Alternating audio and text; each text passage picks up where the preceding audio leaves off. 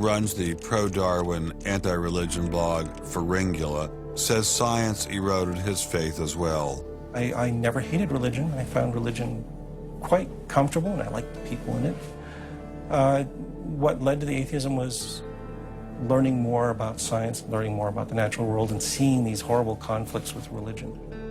And it was then, when I discovered evolution, when I discovered Darwinism, that I realized there's this magnificently elegant, stunningly elegant explanation, which I didn't quite understand to begin with. When I did understand it, then that finally killed off my remaining religious faith.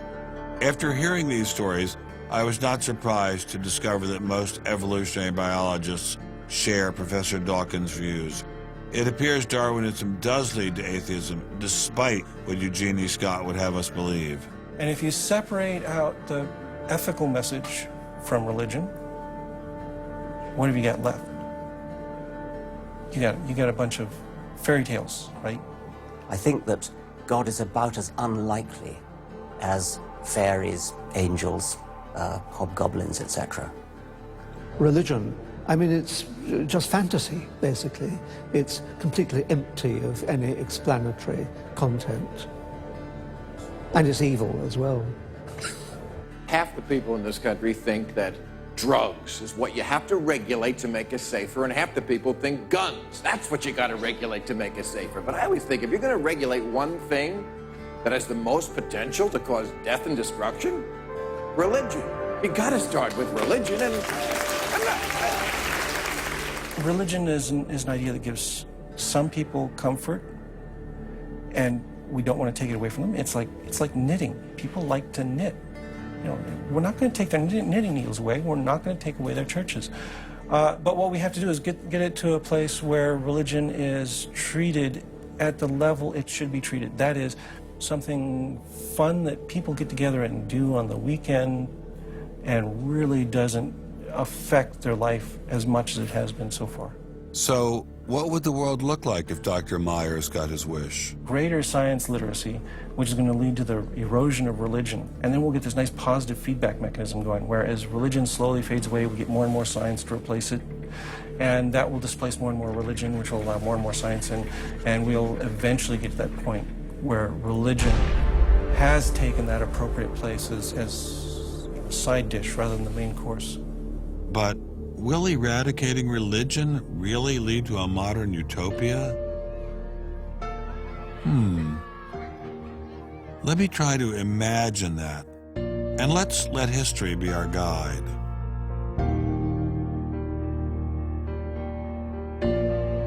In part, I think Matthew Arnold put his hands on it when he spoke about the withdrawal of faith.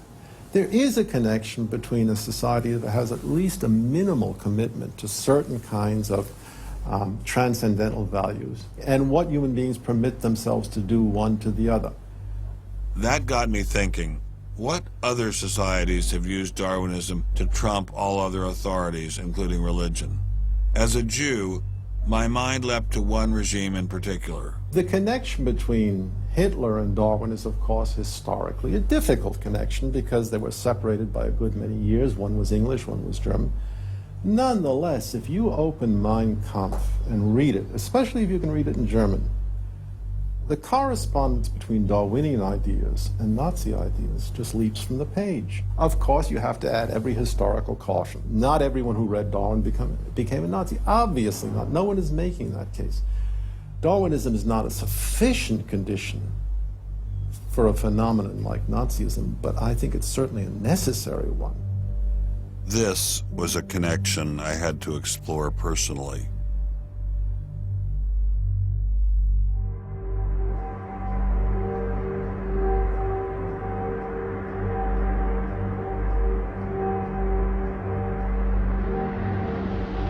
American officers arrive at a Nazi institution seized by First Army troops. Under the guise of an insane asylum, this has been the headquarters for the systematic murder of...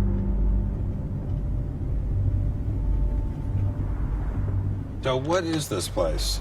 During the Second World War, 15,000 people were killed here. Why were they killed?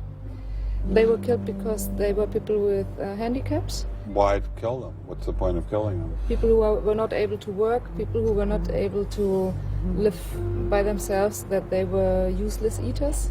Useless eaters. And life unworthy of living.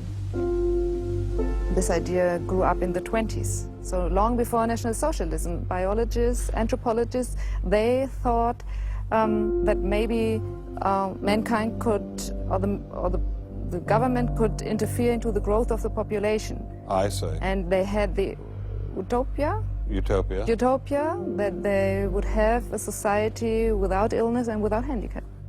Alles Lebensschwache geht in der Natur unfehlbar zugrunde. Wir Menschen haben gegen dieses Gesetz der natürlichen Auslese in den letzten Jahrzehnten furchtbar gesündigt. Wir haben unwertes Leben nicht nur erhalten, wir haben ihm auch Vermehrung gewährt. Die Nachkommen dieser Kranken sahen so aus, die tiefer stehen als jedes Tier. So this was a Darwinian concept. Yes. And also a Malthusian concept, very much Malthusian. Malthusian? Thomas Malthus, who said that there was a shortage of resources, English philosopher, so there was a shortage. Yes, but the Nazis, they relied on Darwin. They relied on Darwin. Yes, Darwin and German scientists. Patients were led down this hallway to Nazi doctors who decided who would live and who would die. They were accompanied by 15 nurses. Nurses, yes. Nurses, male and female nurses. So nurses were helping lead them to their doom. Yes.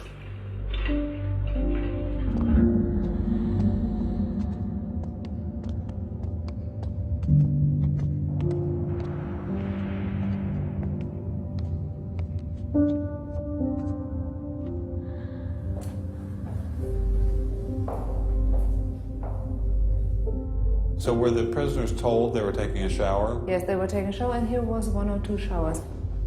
So how many people were brought into this room? 60 to 70.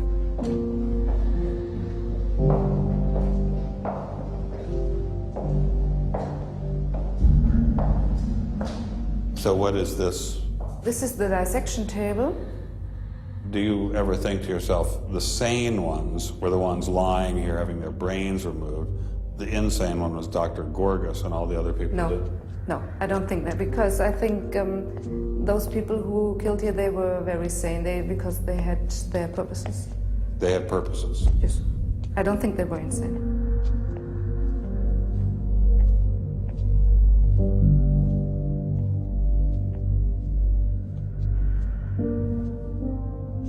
They had 2 crematory ovens. I see. And they killed about 70 people.